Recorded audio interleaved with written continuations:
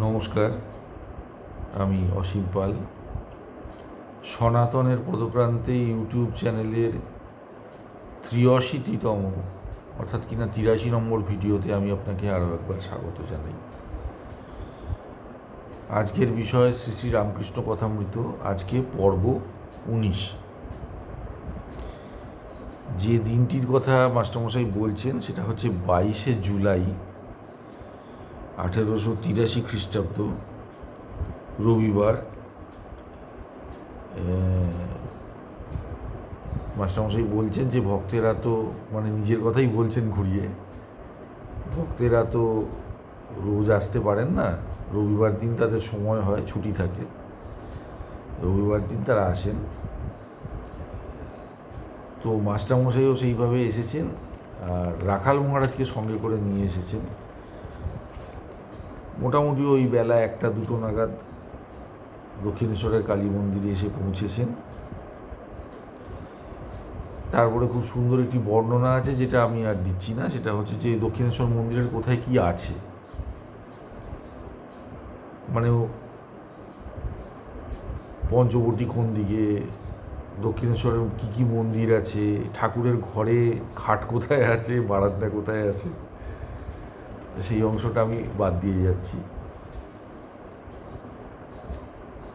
তো মাস্টারমশাই এসে দেখছেন যে সেখানে শ্রীযুক্ত মণি মল্লিক, যিনি একজন বয়স্ক ব্রাহ্ম ভক্ত, তিনি সেখানে আছেন। তার প্রায় ৬০-৬৫ বছর বয়স, মানে ঠাকুরের থেকে অনেক বড় আর কি।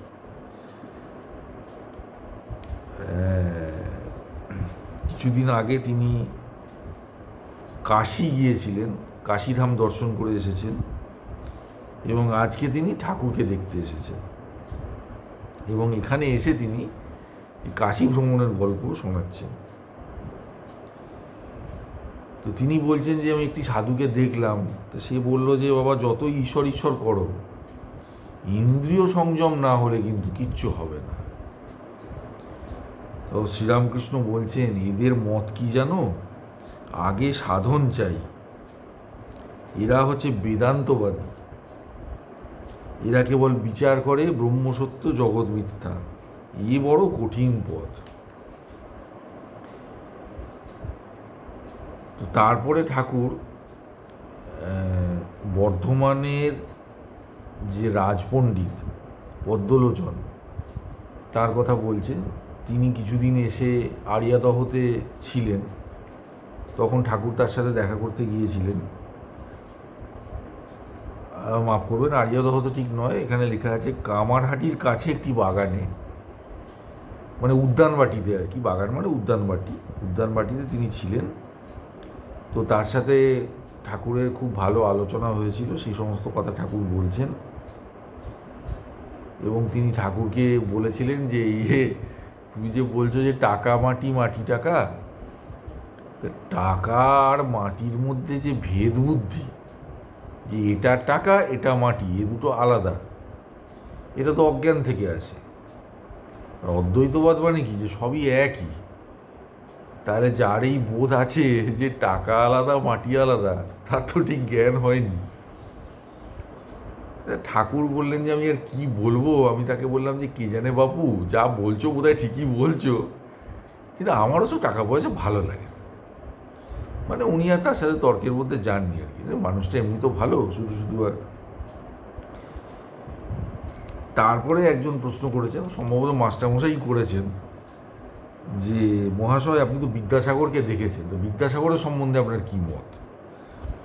তো শ্রীরামকৃষ্ণ বলছেন যে বিদ্যাসাগরের পাণ্ডিত্য আছে, দয়া আছে, কিন্তু অন্তর্দৃষ্টি নাই।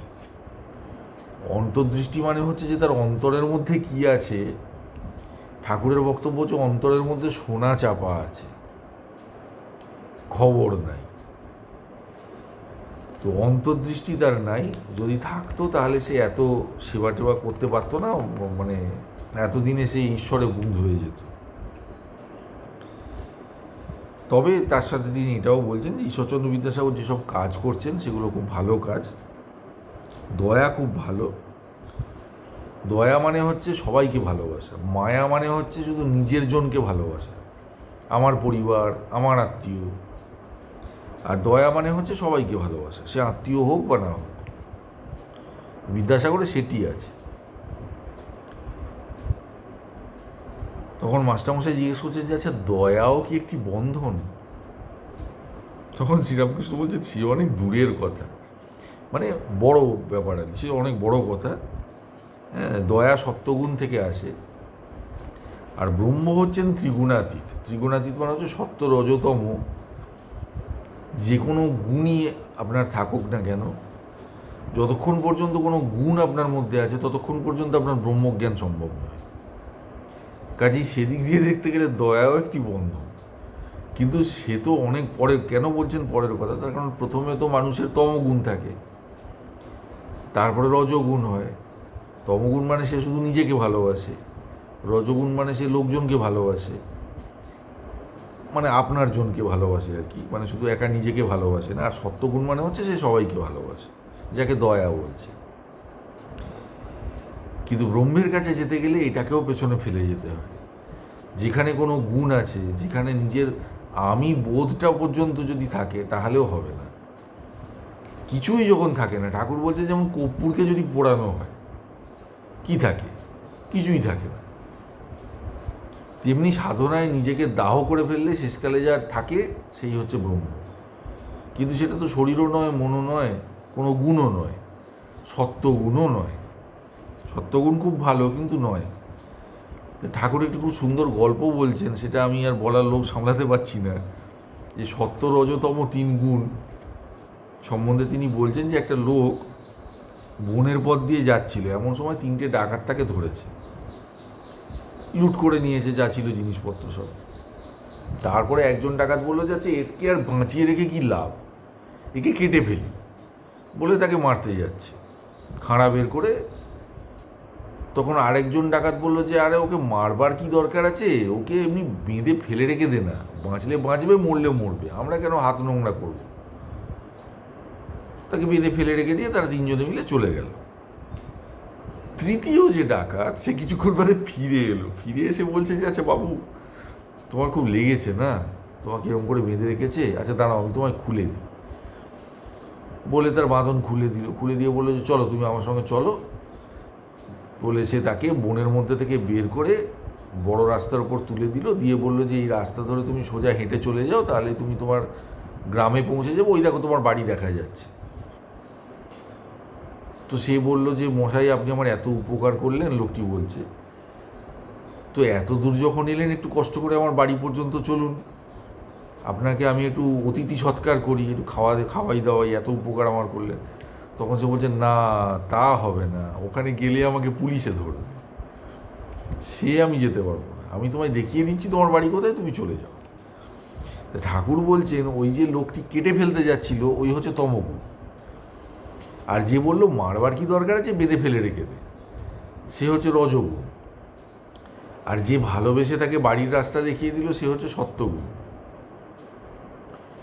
কিন্তু বাড়িতে যাওয়ার ক্ষমতা এই তিন গুণের কারোরই নেই, তার কারণ সেখানে পুলিশের ভয় আছে, সেখানে ডাকাত যেতে পারবে না।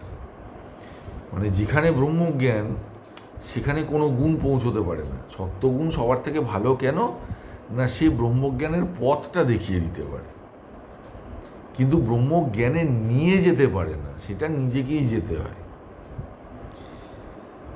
তো এই হচ্ছে ঠাকুরের গল্প। ঠাকুরের সমস্ত ছোট্ট ছোট্ট গল্প উদাহরণ দিয়ে বুঝিয়ে দিতেন, তাতে মানুষের বুঝতে সুবিধা হতো। ঠাকুর বলছেন যে সংসারই হচ্ছে এই অরণ্য, মানে বন, আর এই বনের মধ্যে তিন ডাকাত আছে, তিন গুণ। তমগুণ জীবের বিনাশ করতে চায়, রজগুণ তাকে সংসারে বন্ধন করে রাখে, আর সত্যগুণ আশ্রয় করলে এইসবের থেকে মানুষ রক্ষা পায়, যে তমগুণ রজগুণ থেকে রক্ষা পায়। কিন্তু ঈশ্বরের কাছে নিয়ে যাওয়ার ক্ষমতা সত্যগুণেরও নেই, ওটা সেই পর্যন্ত যেতে গেলে সত্যগুণকেও পেছনে ফেলে এগোতে হয়। সেদিক দিয়ে দেখতে গেলে দয়াও একটি বন্ধন, কিন্তু সেটা অনেক পরের কথা। তারপরে ঠাকুর বলছেন ব্রহ্ম যে কি তা মুখে বলা যায় না। ব্রহ্মজ্ঞান যার হয় সে খবর দিতে পারে না যে সে কী জেনেছে, জ্ঞান তো তার হয়েছে, কি জেনেছে সেটা সে বলতে পারে না। তো তারপরে উনি নিজেই বলছেন যে এমন তো অনেক ব্রহ্মজ্ঞানী আছেন, শাস্ত্রে যাদের উল্লেখ আছে, যারা ব্রহ্মজ্ঞান হওয়ার পরে এসে উপদেশ দিয়েছেন। তা বলতে পারেন না তো তারা কি করে বললেন? আর ব্রহ্মজ্ঞানের পরে শরীর থাকে না তো তাদের শরীর রইল কি করে? তখন উনি বলছেন যে কেউ কেউ বলে যে এই যে জড়ভরত, দত্তাত্রেয়, সুখদেব, এরা ঠিক ব্রহ্মের সাগরে ডুব দেননি, এরা ওই পাড়ে বসে বসে একটু জল খেয়েছিলেন, সেই জন্যই ফিরে আসতে পেরেছিলেন। পুরো ডুবে গেলে আর ফিরে আসতে পারতেন না। আর এই যে ফিরে এসে লোকশিক্ষা দেওয়া, এটা ঈশ্বরের ইচ্ছাতে হয়, ঈশ্বর আদেশ না দিলে লোকশিক্ষা দেওয়া যায় না।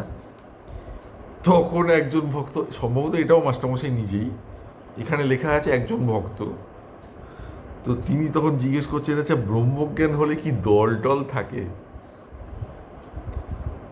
তখন শ্রীরামকৃষ্ণ বলছেন যে কেশব সেনকে আমি এই কথাটাই বলেছিলাম।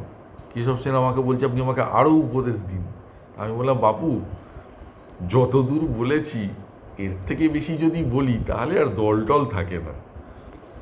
তখন সে বলে তাহলে থাক মশাই, আর কাজ নেই, এই পর্যন্তই উপদেশ থাক।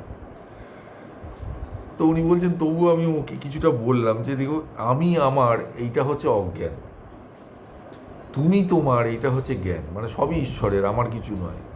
আমার দল, আমার শিষ্য, আমার লেকচার, এটি হচ্ছে অজ্ঞান। তা এই যে অজ্ঞান, এইটা কাঁচা আমি থেকে হয়। বলছে তোমার যদি অহংকার বোধ একদম না যায়, আমি বোধ যদি থাকেই, তাহলে তুমি বলো আমি ভক্ত, আমি ঈশ্বরের দাস, সেটাতে দোষ নেই। আমি বোধ থাকলেও সেটা হচ্ছে পাকা আমি, তাতে ক্ষতি হয় না। তখন একজন ভক্ত জিজ্ঞেস করছে যে পাকা আমি কি দল করতে পারে? মানে ঠাকুর যত এড়িয়ে যেতে চাইছেন তত তাকে খুঁচিয়ে খুঁচিয়ে ব্রহ্মজ্ঞানীদের বিরুদ্ধে কথা বলানো হচ্ছে। ব্রহ্মজ্ঞানী মানে ব্রাহ্ম সমাজের কথা বলছি, তাদের বিরুদ্ধে বলানো হচ্ছে আর কি। তো তখন ঠাকুর বলছেন যে ঈশ্বর যদি নিজে এসে না বলেন যে তুমি লোককে উপদেশ দাও, তবে উপদেশ দেওয়া উচিত নয়। তার কারণ তাতে সে ফল খুব একটা হয় না, লোকে ওই শোনে তারপর ভুলে যায়। কেশবকে আমি বলেছিলাম যে তুমি, আমি তোমার অহংকার বোধ ত্যাগ করতে বলছি না, কাঁচা আমি ত্যাগ করো, পাকা আমি নিয়ে থাকো। তাকে বলেছিলাম যে তুমি এই দল দল করছো সারাদিন ধরে, এদিকে তোমার দলে তুমি লোক ভর্তি করছো, ওদিক দিয়ে লোক ভেঙে বেরিয়ে যাচ্ছে। কেশব বলছে হ্যাঁ মশাই, এই 3 বছর ধরে আমার দলে রইল অমুক, তারপরে চলে তো গেল ও দলে, আর যাওয়ার আগে আমাকে গালাগালি দিয়ে গেল। তো ঠাকুর বলে ও তো হবেই, তো তুমি দেখে শিষ্য ভর্তি করো না, যাকে তাকে নাও, আর কি হবে? তা উনি বলছেন যে আমি তাকে বলেছিলাম যে তুমি ব্রহ্মজ্ঞানী ঠিক আছে, যে তোমরা ব্রাহ্ম সমাজের লোক, তোমরা ঈশ্বর টিশ্বর মানো না, মানে ঠাকুর দেবতা মানো না, কিন্তু আদ্যাশক্তিকে মানবে, তার কারণ ব্রহ্ম আর শক্তি কিন্তু অভেদ।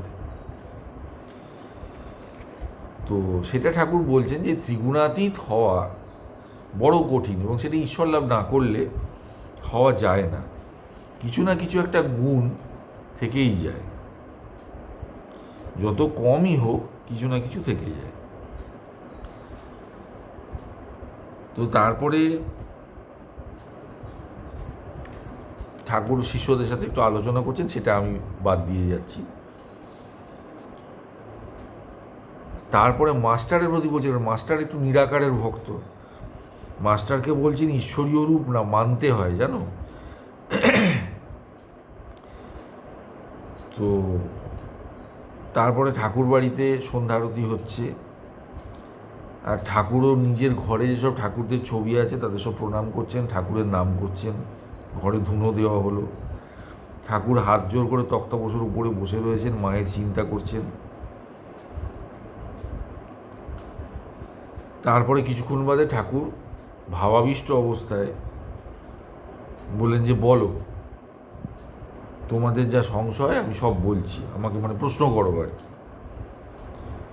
তখন বেলঘড়িয়া থেকে এসেছেন গোবিন্দ। তিনি বললেন যে আচ্ছা শ্যামা এ রূপটি হলো কেন, মানে মা কালীর এরকম রূপ কেন হলো? শ্রীরামকৃষ্ণ বলছেন যে সে দূরে আছে বলে তার ওরকম রূপ, মানে একটা নীল রং, একটা মূর্তি, কাছে গেলে কিছু নেই। যেরকম সমুদ্রের জল দূর থেকে নীল, কাছে গেলে হাতে তুলে দেখো কোনো রং নেই। ঈশ্বরেরও সেরকম, ঈশ্বরের যত কাছে যাবে ততই ধারণা হবে এই নাম রূপ কোনোটাই ঈশ্বরের নেই। একটু পিছিয়ে যদি আসা যায় তাহলে আবার কালী, আবার শিব। তো তারপরে গোবিন্দ জিজ্ঞেস করছেন যে যোগমায়া কাকে বলে? তখন শ্রীরামকৃষ্ণ বলছেন যা কিছু দেখছো এই সবই যোগমায়া। যোগমায়া মানে হচ্ছে পুরুষ আর প্রকৃতির যোগ, তার ফলে এই জগতের উদ্ভব হয়েছে। এই শিবের উপরে কালী দাঁড়িয়ে রয়েছেন, শিবের শক্তিতে কালী লীলা করছেন, মানে ব্রহ্মের শক্তিতে শক্তিমান হয়ে শক্তি যিনি, তিনি এই জগতের সৃষ্টি করেছেন এবং এই জগৎ চলছে। যার শক্তিতে চলছে তিনি স্থির হয়ে শুয়ে রয়েছেন, তিনি কিছু করছেন না, করছেন শক্তি। দেখতে গেলে শিব আলাদা, কালী আলাদা, কিন্তু অ্যাকচুয়ালি শিবের শক্তি ছাড়া তো কালীর শক্তি নেই, কাজেই শিবেরই শক্তি হচ্ছেন কালী।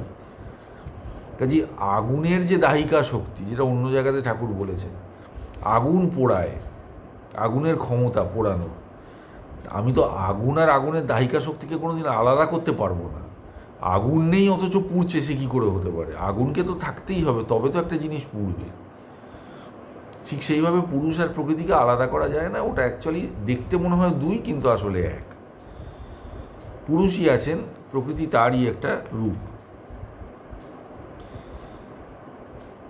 তারপরে ঠাকুর বলছেন যে উত্তম ভক্তকে, যে ব্রহ্মজ্ঞানের পরে দেখে যে ঈশ্বরই সব কিছু হয়ে রয়েছে, কাজেই জগতের থেকে মুখ ফিরিয়ে তার সে থাকে না, দরকার তো নেই। ঈশ্বর আলাদা, জগৎ আলাদা তো নয়, জগৎ তো ঈশ্বরেরই একটা রূপ। এই জগতের দিকেও তাকানো যেতে পারে, অসুবিধা নেই। এই শুষ্ক বিচার, মানে ঈশ্বরের প্রতি ভালোবাসা, ভক্তি যেখানে নেই, শুধু জ্ঞান, সে ভালো জিনিস নয়। আর ঠাকুর বলছেন যে দেখো, যতক্ষণ পর্যন্ত আমি তুমি এই বোধটা আছে, ততক্ষণ পর্যন্ত আমি কীরকম করে বলতে পারি যে আমি ব্রহ্মচার আর কিছু নেই। এদিকে জগৎ রয়েছে দেখতে পাচ্ছি, এদিকে বলছি জগৎ নেই, সে কি কথা?